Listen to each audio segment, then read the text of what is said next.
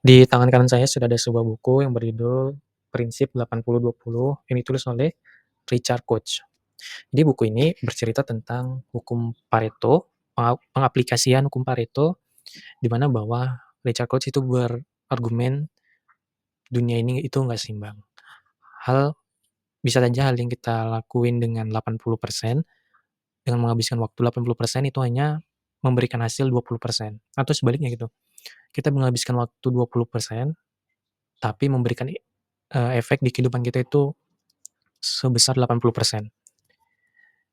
Dan di buku ini dia memberikan bagaimana kita mengidentifikasi hal tersebut gitu. Bagaimana caranya juga diajari oleh dia bahwa pertama kita harus mencoba berbagai macam hal, misal misalkan dalam konteks, sebuah produk ya, sebuah usaha, misalkan kita punya 5 produk, kita jual ke-5-nya, lalu kita kumpulkan datanya, dalam 1 bulan kita evaluasi, dilihat dalam 5 produk ini, mana penjualan yang lebih tinggi dan mana penjualan yang lebih rendah.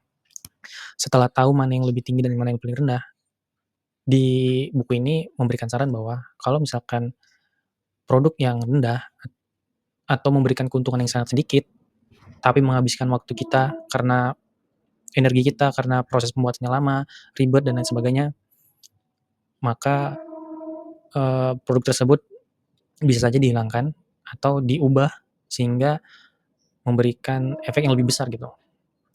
Tidak lagi menjadi penyumbang 20% dari usaha yang sudah 80% kita lakukan. Di buku ini nggak hanya tentang ngajari soal marketing atau bisnis, tapi juga tentang kebahagiaan juga, hubungan sesama manusia.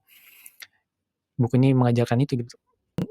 Dengan tahu apa yang memberikan lebih banyak hasil di kehidupan kita, kita jadi lebih paham bahwa apa yang harus kita lakukan ke depan. Artinya, eee, dengan melakukan 20% tapi menghasilkan dampak yang 80%, kita bisa membebaskan banyak waktu dalam seharian yang kita punya.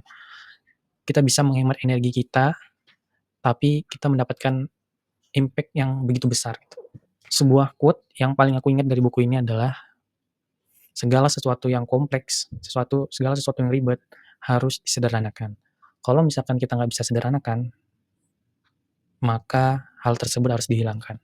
Itu tuh kalimat yang bagus banget, karena menurutku tuh, ya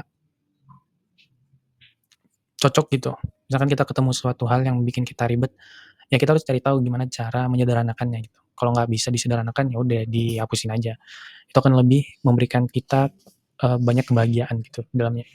Buku ini cocok buat, eee, berbagai macam background ya. Mungkin ada orang yang dalam sisi bisnis, ada orang yang pengen self improvement, atau pelajar juga cocok baca buku ini, atau bahkan orang-orang yang merasa bahwa, eee, progresnya itu belum menghasilkan apa-apa. Barangkali, kita sudah bekerja keras, tapi hasil yang ditunjukkan itu masih 20% gitu, masih belum banyak.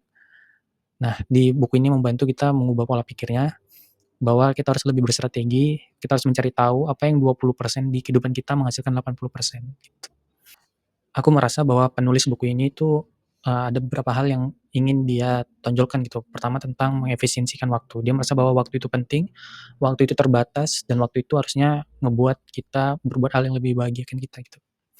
Sehingga dia memberikan cara, gimana cara mengefektifkan waktu dengan mencari tahu apa yang paling berdampak di kehidupan kita. Salah satu hal yang dia bilang adalah bahwa kalau kita menemukan hal yang sangat sedikit effort kita lakukan tapi memberikan hasil yang begitu banyak, maka perbanyak hal itu. Pun sebaliknya, kalau misalkan ada hal-hal yang menyumbangkan 80% bikin hari kita buruk, maka persedikit atau kalau perlu jangan dilakukan lagi gitu. Sehingga kita bisa lebih menikmati, memaknai, dan membahagiakan kehidupan kita.